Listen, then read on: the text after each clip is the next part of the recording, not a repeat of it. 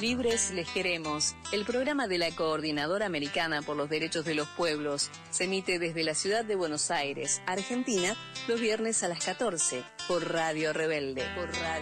A las 14, hora de Venezuela, por Radio Sur. Los sábados a las 12 y los domingos a las 14:30, por Radio Cultura de Santa Fe, Argentina.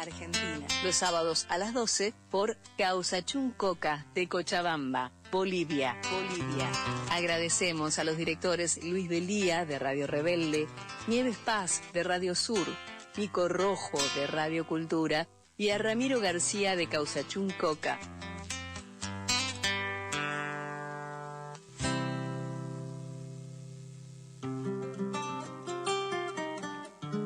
Bueno, estamos en Libres les queremos, el programa de la Coordinadora Americana por los Derechos de los Pueblos. Transmitimos por Radio Rebelde de Argentina. Estamos en comunicación con Nieves Valdés, directora de Radio Sur de Caracas, y con Luis Delía, director de Radio Rebelde. Teníamos intención de agregar a alguien más a la entrevista, de Radio Caguasachun, Coca, de Cochabamba, Bolivia, pero por cuestiones técnicas y de actividades de la radio no está en estos momentos. Tenemos un tema para desarrollar, que no es poco, y queríamos invitarte primero, Nieves. Bueno, le vamos a dar la palabra obviamente a la dama. El tema es dominación mediática. Yo más o menos me estaba tratando de poner en tema, y la dominación viene de fines del siglo XIX, y esto se ha venido sucediendo, y pareciera que o no estuvimos a la altura, o se nos escapó la tortuga, o avanzaron y cuando nos dimos cuenta ya los teníamos adentro. Me refiero a que los medios están siendo controlados, ¿no? En cadena. Son corporaciones. Correcto. Que hacen todo tipo de actividades, y dentro de ellas está también el negocio financiero y bla, bla, bla, y montones de cosas. Bueno, ustedes dos son dos referentes, porque los dos son directores de dos radios importantes. Nieves Valdés es directora de Radio Sur de Caracas. ¿Cómo ves este tema? ¿Qué podrías decirnos? Te escuchamos con José Schulman y Ángel Panduro, quien está hablando. Sí, bueno, en principio darles las gracias a José y a Ángel, que además se escuchan a través de la Radio del Sur todos los viernes, y darle la bienvenida a Luis, que además estamos por construir, ya le hemos mencionado a José, por construir una red de redes de radios alternativas, comunitarias, contrahegemónicas, ¿verdad?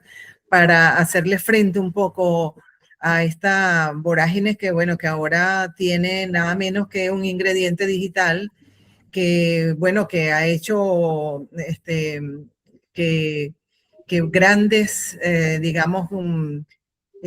matrices de opinión para inclusive torcer, ¿verdad? Nuestros procesos democráticos y nuestros procesos revolucionarios. Fíjense que yo le pasé una presentación a José porque yo estoy ahora haciendo el doctorado en Seguridad de la Nación, pero en la maestría nosotros abordamos, si quieres, pasa esa, José, y coloca solamente la que viene, que son las 11 teorías injerencistas que nosotros hemos venido identificando, que se le ha aplicado a la Revolución Bolivariana desde que asumió el comandante Hugo Chávez, muy temprano, ya en el 2000. Yo fui su reportera 10 años, ¿no?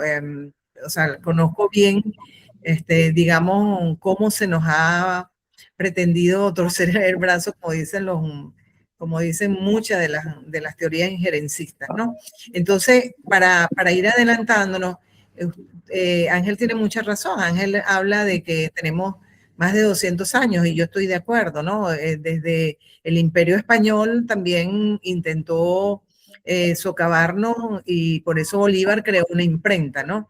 Y yo parto de allí, de la importancia que ella tenía para digamos, para nuestros patriotas en ese momento, los que defendían en ese momento y estaban en disputa contra el Imperio Español, una imprenta en el año 1819, ¿no? Que le hacía contraparte a la Gaceta de Caracas, que era un medio poderoso que tenían los españoles. Fíjense que ya el asunto de las ideas todavía era también una guerra de ideas, ¿verdad? Una guerra de información. Entonces, rápidamente yo les quería, esto yo lo he venido en el doctorado profundizando, pero quería enseñarles porque en la maestría yo trabajé sobre estrategias comunicacionales, ¿no?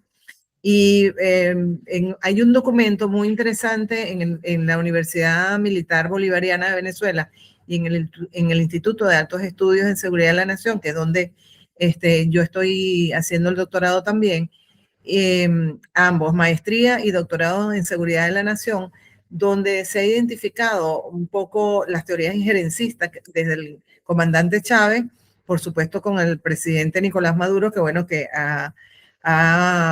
prácticamente el presidente Nicolás Maduro se le hizo de todo, ¿no? Al gobierno del presidente Nicolás, el mismo gobierno revolucionario, por supuesto. Lo que intento es no separarlo porque no sea uno solo, sino desde el punto de vista metodológico, ¿no?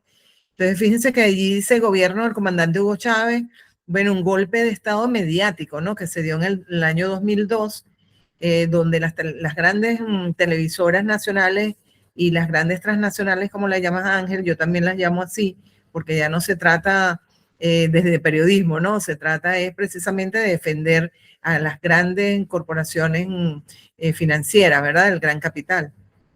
Entonces, ese sería el primer golpe que se le dio a la Revolución Bolivariana, fue el golpe de estado mediático, porque allí intervinieron todas las televisoras y además los como periódicos, ¿verdad? Que existían en ese momento.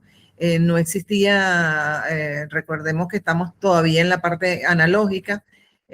Luego el presidente Chávez más adelante es que empiezan un poco las redes con el Facebook y con el Twitter, y allí el presidente también tiene digamos que ingresó a esa guerra que también llamamos cognitiva, para tratar pues de menguar, digamos, esa guerra que ha sido inclemente, ¿no? Una guerra que nosotros caracterizamos como difusa, otros las llaman una guerra híbrida, ¿verdad? Como ustedes también la manejan. Lo que pasa es que este es un documento muy hecho acá en el Instituto de Estudios en Seguridad de la Nación, y se ha calificado como guerra difusa precisamente la incorporación de la guerra mediática, de las operaciones psicológicas.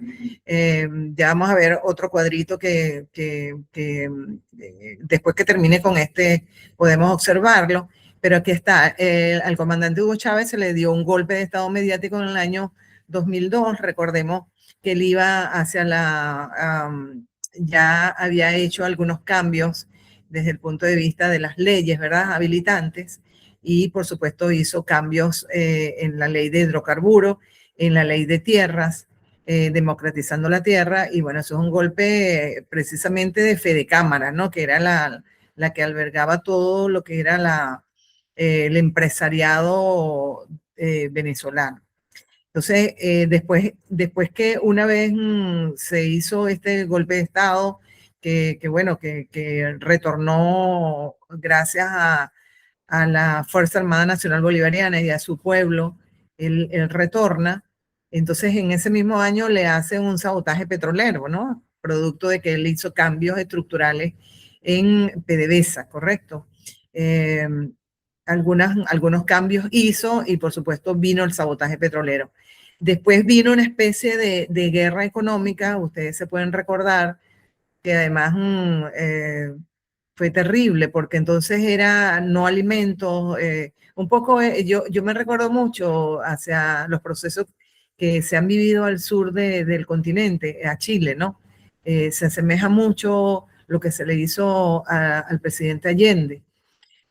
Solo que bueno, que por supuesto con mayor fuerza en el sentido del poder económico que aquí tenía Fede Cámara y toda su cúpula empresarial. Tanto es así que en el golpe de Estado, quien imponen como presidente que él borró todas las, digamos que borró todas las leyes de la República y disolvió todos los poderes, dando un golpe de Estado de facto.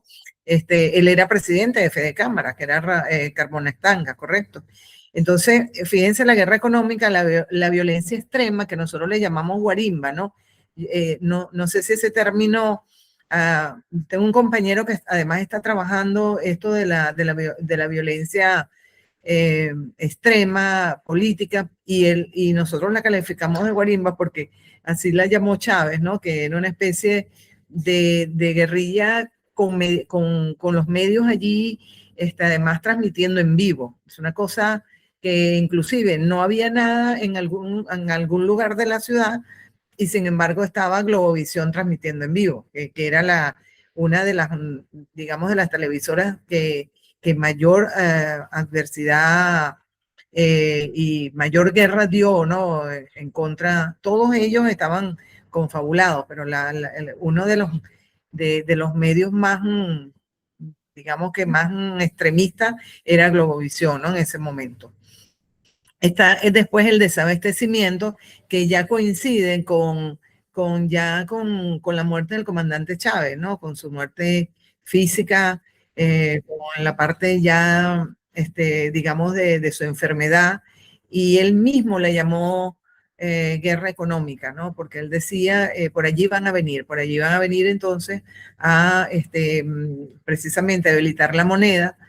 Recuerden que el bolívar, no valía absolutamente nada, ¿no? Con respecto a otras monedas, y conseguíamos cualquier cantidad de dinero, de bolívares, inclusive hasta en Uruguay se consiguió buena parte de ese dinero, igual que en Colombia.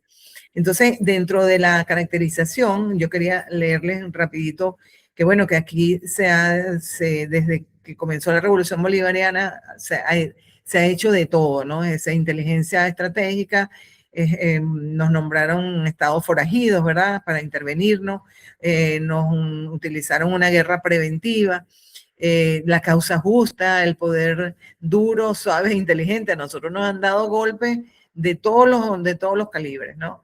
El suave, el inteligente, el duro. Proteger, reaccionar y reconstruir.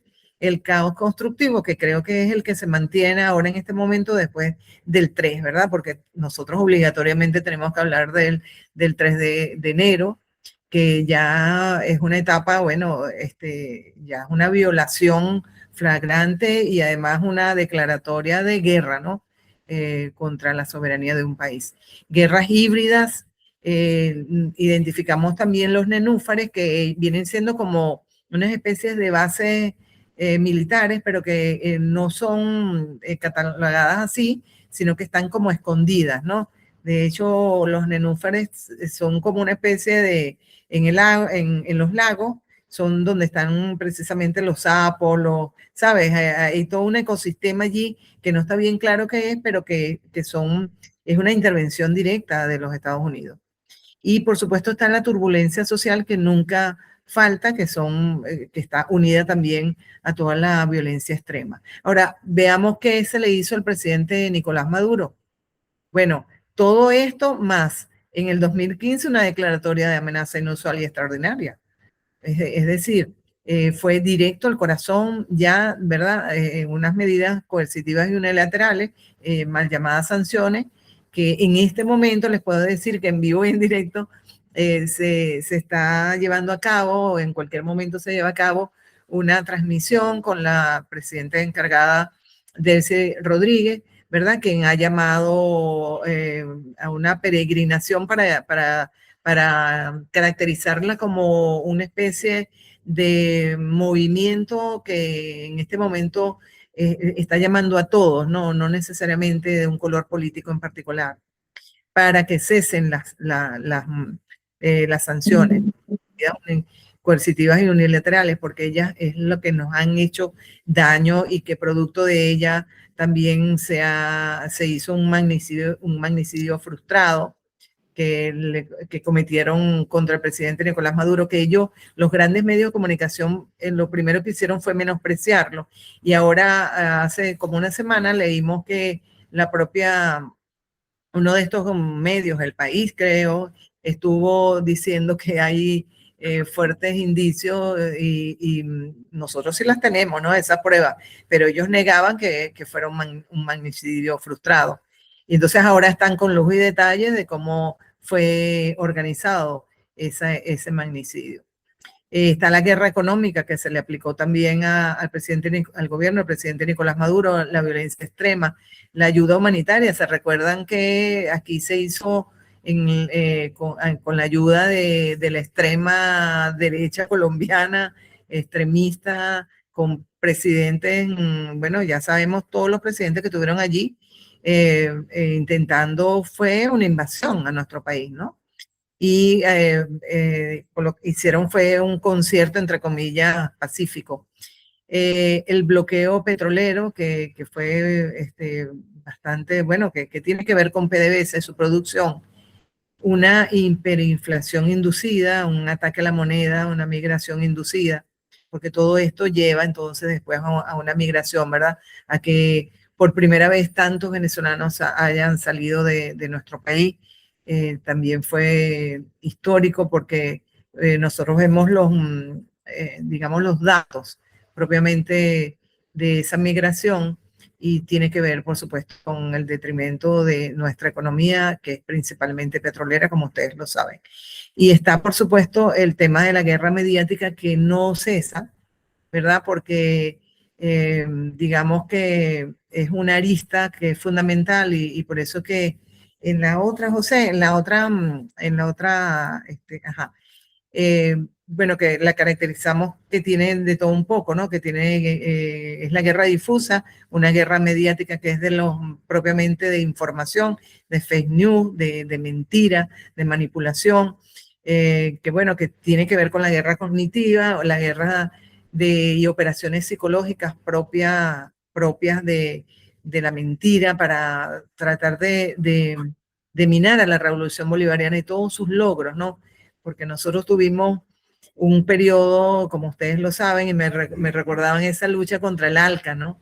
Que el presidente, yo no estuve en esa oportunidad, José, pero tuvo un compañero mío en esa histórica encuentro, ¿no? Con Kirchner, y donde allí se sentaron las bases precisamente para que el ALCA no pasara, ¿no? Y está además un tema que es interesante conversarlo también, que además de la guerra mediática, nosotros hemos tenido una guerra cibernética, ¿no? Nosotros hemos sido, es decir, en el año que elegimos al presidente Nicolás Maduro nuevamente, fueron violados, primero que tuvimos ataques a las páginas web de manera, bueno, que no tenemos prácticamente ahorita un número, pero de hecho todavía se mantiene, ¿no? La Radio del Sur tuvo ataques en estos 2 días. Un poco ustedes analizando podemos decir, bueno, pero ¿por qué en estos días? Ah, bueno, porque está el 1 de mayo, ahí, es verdad, hay toda una especie de mejora para los trabajadores, el respiro que ha dicho la presidenta encargada Delcy Rodríguez de que el pueblo venezolano tiene derecho a tener un respiro, por supuesto sin olvidarnos, ¿verdad? Que nosotros hemos sido atacados el 3 de enero y de manera violenta se ha sacado a nuestro presidente y a su compañera, ¿no? No sé si quieren que podamos parar aquí y seguimos o... No te escucho, José, no te escucho. José, no salís, no estás. Sí, digo que tenemos un privilegio periodísticamente, porque de toda esta historia, desde Argentina, acá tenemos un protagonista de primera línea de cada uno de estos acontecimientos, que yo creo que en los días duros como estos siempre conviene acordarnos no solo de por qué luchamos, sino de que vencimos, ¿no? Entonces a mí me gustaría, sí, Luisito, que Luis Delía, el director de Rebelde, pero bueno, fue uno de los protagonistas indispensables bueno, de todo este proceso, pero sobre todo de la lucha contra el ALCA, que marcó el punto más alto de confrontación de la patria grande con el imperio en este siglo, ¿no? No sé si te parece, Luis, algunos comentarios. Bueno, cómo no, con todo gusto. Lo tengo hasta con fechas en mi memoria el tema. El 17 de octubre del 2005 me llama Néstor Kirchner y me dice, deja todo lo que estás haciendo que te tenés que ir a La Habana. Y digo, ¿a qué? No. Yo en ese momento era diputado de la provincia de Buenos Aires y uno de los principales voceros de Néstor Kirchner. Estábamos, pero saturados de trabajo acá. Y me dice, no, deja todo, andate, voy a la embajada cubana, me dan el pasaje y la visa. Viajo vía Panamá. Cuando llego a La Habana estaba en la cola de migraciones, vienen dos oficiales de policía, me llevan al barrio de Miramar y bueno, me encuentro con el compañero Miguel Bonazo y con la compañera Ana de Calon, ya fallecida, y al rato aparece alguien que yo quiero mucho y que es un ídolo popular, y me dijeron, este va a ser tu contraparte. Era el diputado del Poder Popular Silvio Rodríguez, y yo no entendía para qué iba todavía. Y me dicen, no, ustedes dos son los responsables operativos, organizacionales de todo el evento en Mar del Plata. Y me quedé helado, ¿no? Trabajamos todo el día con Silvio, eran las 9 de la mañana, en todos los detalles organizativos. La verdad, nos entendimos mucho y muy bien rápidamente. A las 9 de la noche paramos para cenar después de todo un día de trabajo. Obviamente lo hicimos cantar a Silvio. Y a las 11 de la noche, cuando creí que todo estaba terminado, viene un oficial del ejército cubano y dice, bueno, ¿están preparados? Yo no entendía bien para qué. Nos llevan al Consejo de Estado. Estábamos esperando ahí con Silvio, con Miguel, bueno. Y aparece el comandante Fidel Castro, que le dice a Miguel, Delía parece cubano, gordito, morocho. Y yo no podía creer lo que estaba viviendo, ¿no? Nunca. Fue el momento más lindo, uno de los momentos más lindos de mi vida, ¿no? Y trabajamos con el comandante 2 noches, organizando todo, cada detalle. Y la primera noche, a la 1 de la mañana, se sumó el compañero Diego Maradona, que fue maravilloso, y con Diego armamos todo lo que fue el tren blanco de Constitución a Mar del Plata, que fue una cosa realmente conmovedora, ¿no? Al otro día ver a nuestros presidentes diciéndole no al ALCA y prácticamente sacando, lo digo en sentido figurativo, a patadas a Bush en Mar del Plata, ¿no? El alcarajo de Chávez, ¿no? El alcarajo de Chávez, ¿no? Te propongo un corte porque la radio que ustedes dirigen me lo exigen y en 3 minutos volvemos. Libres les queremos. El programa de la Coordinadora Americana por los Derechos de los Pueblos se emite desde la ciudad de Buenos Aires, Argentina, los viernes a las 14 por Radio Rebelde. A las 14, hora de Venezuela, por Radio Sur.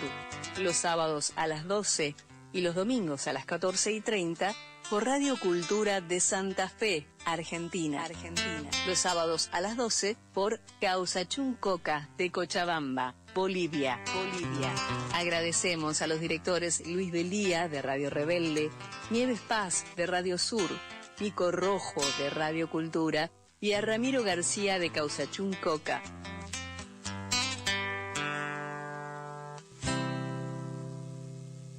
Bueno, creo que estamos teniendo un programa bastante particular,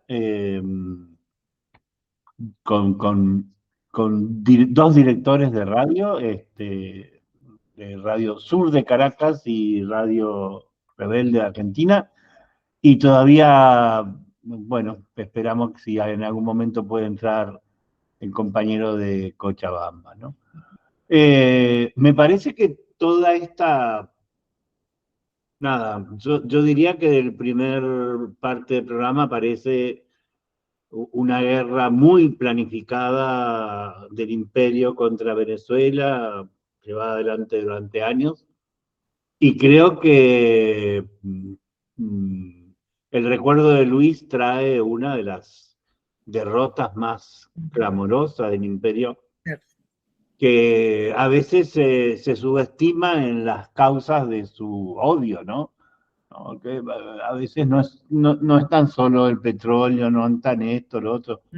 El ejemplo es lo que ellos más temen, ¿no?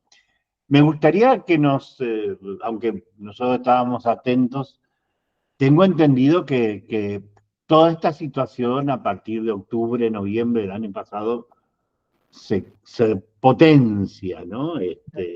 Hasta adquirir características, bueno, tremendas y desembocar en el 3 de enero. ¿Nos cuentas cómo fue esa parte? Sí, bueno, fíjense que, bueno, reitero que de verdad que estoy feliz de estar con ustedes, ¿no? Porque cada uno de ustedes es así como la historia viva de esos momentos que nos comentó Luis, así como tengo miles de momentos con el comandante Chávez, siendo 10 años su reportera, ¿no? Por Radio Nacional de Venezuela. Fíjense, eso fue increciendo, ¿no? Como dicen por allí. O sea, el año pasado, bueno, todo comenzó, todo ha sido un proceso, ¿no? De guerra mediática, pero hay unos puntos, unas irrupciones que yo creo que son, que hay que comentarlas, sobre todo a nuestros pueblos, ¿verdad? Que es a los que nosotros nos debemos, que es precisamente los más además manipulados, porque ese aparatico y esas redes sociales, de verdad, sin una explicación, que ellos deshumanizan prácticamente los procesos, ¿verdad? Entonces, hacen que, por ejemplo, que los niños asesinados en Gaza no tengan ninguna connotación, ¿no? Una cosa terrible. O los niños iraníes, o los niños en cualquier lado del mundo. Entonces, nos estamos enfrentando, además con la inteligencia artificial, además, entonces nos estamos enfrentando a una era completamente, o sea, pienso que es una era que ha marcado la guerra y la guerra a este momento, pues, en particular. Y por eso es que nosotros debemos no solamente alarmarnos, sino tratar de estudiar qué podemos hacer para minimizar sus efectos, ¿no? Porque es que la guerra ha sido muy desigual. Entonces, fue deslegitimando las elecciones del presidente Nicolás Maduro, ¿verdad? Eso es un punto muy importante de irrupción. Allí se cometieron una guerra cibernética contra el Consejo Nacional Electoral. Después ellos mismos, un influencer que por cierto creo que estaba en Chile o en Argentina, admitió que era uno de ellos los que había propuesto hacerle la intervención a las páginas nuestras. Nada más la de los medios de comunicación del Estado no solamente fueron las que fueron afectadas, todas las de ciencia y tecnología, las del Ministerio de Planificación, que también maneja datos. Es decir, hubo una irrupción una vez fue electo el presidente sin ninguna duda, pero ellos colocaron la duda, ¿no? Entonces, al colocar la narrativa de la duda, estaba ya lista la guarimba, que es lo que nosotros llamamos que es el extremismo político. Eso fue inmediato. La violencia se desató inmediato en algunos puntos en los cuales ellos ya estaban organizados. Inclusive sometieron a nuestra mayor fuerza, que es, yo pienso que la mayor fuerza de la Revolución Bolivariana es su pueblo. Y es su pueblo organizado. Si yo, podemos hacer inclusive otro contacto más adelante para ver qué estamos haciendo en materia de poder popular, que eso no lo entiende nadie, ¿no? Que tienen una metodología para, dentro de las sanciones, priorizar unos 3, 4, 5 problemas que son, bueno, esas sanciones han mermado contra los servicios públicos, por ejemplo, contra la electricidad, contra el agua, contra la infraestructura que necesita mucho dinero, ¿verdad? Para mantenerse, porque además es una tecnología dependiente completamente de los Estados Unidos. Entonces, claro, una vez que esas empresas no pudieron nunca venir a hacer mantenimiento, por ejemplo, a las termoeléctricas, en nuestros propios trabajadores. Yo estuve 6 años y medio en energía eléctrica y me consta de trabajadores que tuvieron que aprender cómo mantener entonces las termoeléctricas, que bueno, que llega un momento en que si no les tienes mantenimiento, ellas ¿verdad? Laxan. Entonces, ese día fue una irrupción, porque entonces a partir de allí era el tema de la deslegitimación de nuestros poderes, de que no ganó las elecciones el presidente Maduro, y eso lo sembraron en el mundo. Y pienso que bajo esa irrupción y ese proceso fue lo que se sembró para el 3 de enero, ¿no? En particular, porque fíjense que toda digamos, la narrativa que el presidente siempre estuvo dispuesto a dialogar, estuvo dispuesto a decirles, mire, si ustedes quieren, nosotros tenemos más de un siglo haciendo negocio con las empresas norteamericanas, ¿verdad? De petróleo, de extracción, sobre todo no solamente tanto la extracción, es más el procesamiento, ¿verdad? Entonces, él siempre lo dijo. De hecho, yo llamo la atención de que podamos nosotros volver a escuchar una entrevista que él le dio a Ramonet, ¿no? Precisamente el 31 de diciembre.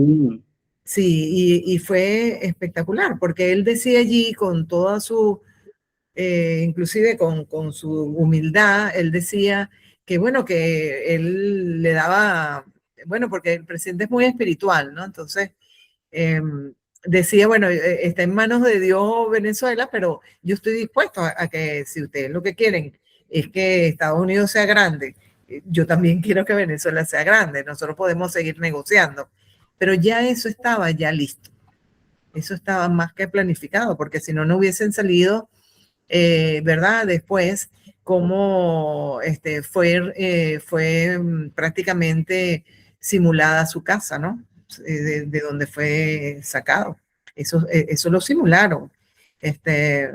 Inclusive en un video sale cómo era la casa y ya por supuesto que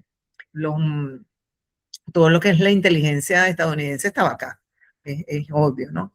Entonces, yo lo que creo es que este pueblo, al cual yo pienso que nuestro pueblo latinoamericano es grande, a pesar de los procesos que estemos viviendo, no sería capaz de estigmatizar a ninguno porque tienen un gobernante de distintas maneras, o a lo mejor menos progresista, qué sé yo, sino que todo es un proceso. Entonces creo que yo por ejemplo, admiro mucho al pueblo argentino, al pueblo latinoamericano, El pueblo cubano que vive, ¿cuántos años tiene el pueblo cubano resistiendo? Y si nos vamos más allá hacia Medio Oriente o hacia nuestra zona del Asia, bueno, ¿qué podemos decir de los iraníes? Pero yo pienso que nuestro pueblo ha resistido 26 años de una continua agresión. No es de ahorita las agresiones. Las agresiones fueron hechas desde que asumió al poder Hugo Chávez. ¿Por qué? Porque él no pactó con el status quo. Él lo desmoronó, pues, ¿verdad? Y por supuesto que tenía todas las condiciones. También se dieron condiciones en América Latina, por ejemplo, con Kirchner, ¿verdad? Se dieron una correlación de fuerza con Evo, con Correa, es decir, hubo un momento estelar nuestro, que a lo mejor no era perfecto, pero que era hacia donde los pueblos podían caminar. Inclusive con Lula, a pesar de que bueno, que él tenga ese viraje que todavía uno no lo entiende, ¿no? Pero bueno, de hecho, yo creo que una de las, de las cosas para recordar algo que no nos gusta de Lula, Lula impugnó el ingreso de Venezuela a los BRICS. A los BRICS, sí. Que para algunos hubiera sido un manto protector un Correcto. poquito más. Digo, para algunos, hace unos días tuvimos como una charla larguísima con Atilio Boroni. Correcto. Atilio Completamente lo destaca siempre, ¿no? Qué error grosero de Lula. Porque bueno, bien afectó a los BRICS, ¿no? Mariana, estoy en vivo, ¿eh? Así que, Luisito, ¿quieres opinar sobre esta parte? Por ahí contar un poco a Nieves que nosotros también tenemos un poder mediático, ¿no? Sí. Sí, yo realmente creo que en el mundo hay una crisis de hegemonía que se la va a resolver por la buena o por la mala, o por las peores, todavía no sabemos bien. La crisis de hegemonía es básicamente el final de la hegemonía del petrodólar en el mundo,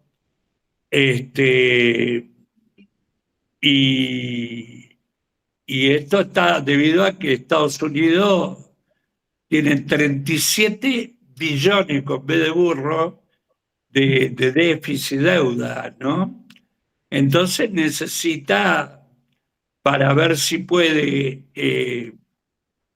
salir airoso en esta pelea por la hegemonía del petrodólar, salir a robar petróleo a Venezuela, Irán, en África, litio, en fin, agua, en fin, ha salido a robar en el planeta y de una manera desembosada. La crisis de hegemonía empezó en el petrodólar empezó en el 73 con el Plan Cóndor, ¿no? Necesitaron matar 1 millón de latinoamericanos para imponer este modelo económico que hoy está en agonía. Bueno, está viniendo el mundo BRICS, con China, con Rusia, con Irán, con Corea del Norte, con varios, con Sudáfrica, con Brasil, en fin. Y bueno, no quieren perder la hegemonía y estamos a 5 minutos de un desenlace que puede ser tremendo. Digo, hasta hace un rato había millones de personas en todas las calles de Irán esperando la caída de una bomba atómica, ¿no? Y salieron a decirle al imperio: no te tenemos miedo, acá estamos. Digo, es impresionante la unidad política, cultural, religiosa, tremenda de ese pueblo que tiene acá en la espalda 6.000 años, ¿no? Digo, es conmovedor lo que pasa ahí. Por eso estamos en un momento definitivo. Yo creo que si Irán hoy, mañana es atacado con algún artefacto atómico, la respuesta va a ser brutal, y creo que el hemisferio norte del planeta va a tener consecuencias climáticas, humanas, económicas devastadoras, ¿no? Así que estamos al borde de la tragedia. Volviendo a cosas más cercanas, eh, alguna vez el comandante Chávez nos mostró a los chinos laburando en el lago de Maracaibo, ¿no?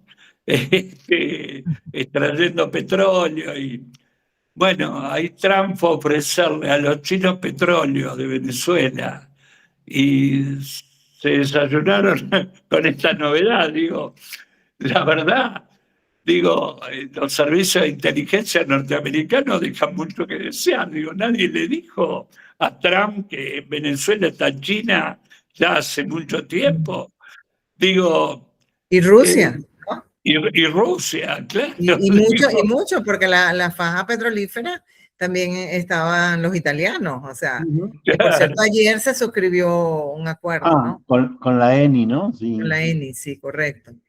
Por eso estamos, sin entenderme, la crisis de hegemonía se está por resolver.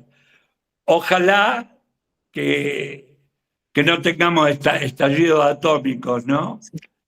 Porque eso sería una tragedia para la humanidad.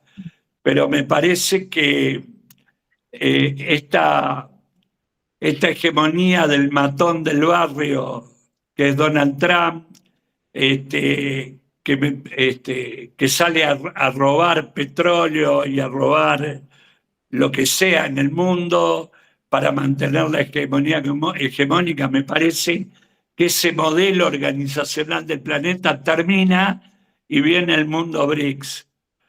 Ojalá que sepamos construir un nuevo tiempo, ¿no? Hay algo que nos queda poquito tiempo, pero hay algo que dijo Nieves que yo estoy muy de acuerdo. Y desde hace tiempo que se viene denunciando que ante la imposibilidad de realizar procesos coloniales tipo siglo XIX, en que los poderes coloniales invadían los países con miles y miles de soldados y ocupaban, estoy pensando en la India, ¿no? Que ocuparon un continente y en cada pueblito metían un jefe inglés con su batallón. Bueno, eso no se puede hacer en ningún lado, ni en Irán, ni en Venezuela, ¿no? Porque además los pueblos resisten, ¿no? Creo que está muy claro que Trump no está loco, sino que lo que busca es caotizar el mundo. Porque si él logra caotizar el mundo, la parte a dominar es muy pequeña, es mucho más pequeña. O sea, si yo caotizo, bueno, lo que hicieron en Etiopía, ¿no? Caotizaron Etiopía y entonces se dedicaron a dominar el sector petrolero de Etiopía y listo. Y es una tragedia humana desde hace rato, ¿no? Por eso creo que, y propongo así como hipótesis de debate, que su organización comunicacional apunta a generar un caos mental, apunta o sea, ya por lo menos en la Argentina y también en Caracas, ya no hay homogeneidad social, porque hubo un tiempo en que el proletariado petrolero de Venezuela organizaba la sociedad. Los obreros industriales de la Argentina organizaban la sociedad. Eso ya no ocurre hoy en Venezuela y en Argentina y en casi toda América. La mayoría de los trabajadores son irregulares, se la tienen que arreglar por su cuenta. No hay fábrica, no hay vida colectiva que los ordene. Pero a ese problema objetivo, llamémosle, a esa realidad, se le agrega, y que es lo más grave, quizá fragmentado el pensamiento, ¿no? De manera deliberada. Recuerdo al general Mendoza, que fue embajador de Venezuela en Argentina, que un día me contó, espantado, que había un juego, un videojuego para los niños venezolanos, en que un superhéroe norteamericano entraba a Caracas y lo mataba a Chávez. Creo que era el superhombre norteamericano, algo así, ¿no? Entonces, a mí me parece que me quedo con una propuesta que hizo Nieves al comienzo y que desde acá estamos dispuestos a apoyar. Nosotros necesitamos crear mucho más redes de radio alternativa, de programas alternativos, de escucharnos sur a sur, pueblo a pueblo, ¿no? Porque ellos concentran la información sobre nosotros, ¿no? Y creo que una de las maneras de romperlo está en nuestras manos, porque bueno, hay cientos y cientos y cientos de radios alternativas en el continente, y bueno, creo que ahí sí el papel rector hoy por hoy lo tienen que jugar Venezuela, Cuba, los países que mantienen gobiernos populares, y tirando iniciativas que, bueno, no voy a hablar por Radio Rebelde, pero estoy seguro que se va a sumar, como se va a sumar la radio de Bolivia, ¿no? Y creo que eso nos dará, no solo nos daría más comunicación, también nos daría ánimo, ¿no? En un momento difícil, ¿no? Así que mi propuesta es ese, que trabajemos. Nosotros tenemos una coordinadora de organismos de derechos humanos que va desde Tucson hasta la Araucaria, y bueno, humilde, ¿no? Porque yo creo que hoy todos estamos en una situación de humildad, de lucha, Sí. pero me parece muy importante. Así que lo que empujen y lo que impulsen, vas a contar con nuestro apoyo, Nieves, con todo. Eso estate seguro. Excelente. Bueno, yo creo que ya estamos llegando ya al final, ¿verdad, Ángel? Ángel es Sí, el sí, árbitro que está allí. yo creo que estamos, y creo que la propuesta que trae José un poco cierra, ¿no? Esta idea de comunicarnos entre nosotros y lograr tener más cercanía de la verdad para que la podamos transmitir a los pueblos, a los compañeros que siempre están sufriendo todos estos desmanes, ¿no? Yo comencé esta charla hablando del siglo XIX, vos todavía, Nieve, fuiste un poco más atrás. Y claro, algo ha pasado con la comunicación, y los pueblos de alguna manera han sido controlados. En algunos casos peor, en algunos casos aún siguen en la batalla. Así que creo que estamos en el tiempo, José. Cerrá vos, les mando un saludo, un cariño grande Jamás podría cerrar, están los dos directores de la radio, así que bueno, José, Luis, ¿querés cerrar vos? No, yo agradecerles esta posibilidad, reconocer en ustedes articuladores y promotores de espacios del pueblo permanente. Estas cosas nos dan mucho ánimo, nos ponen mucha pila, y estamos a entera disposición.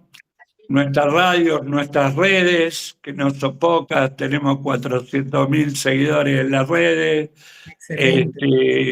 Estamos a entera disposición de ustedes, de lo que ustedes dispongan, ¿no? Excelente.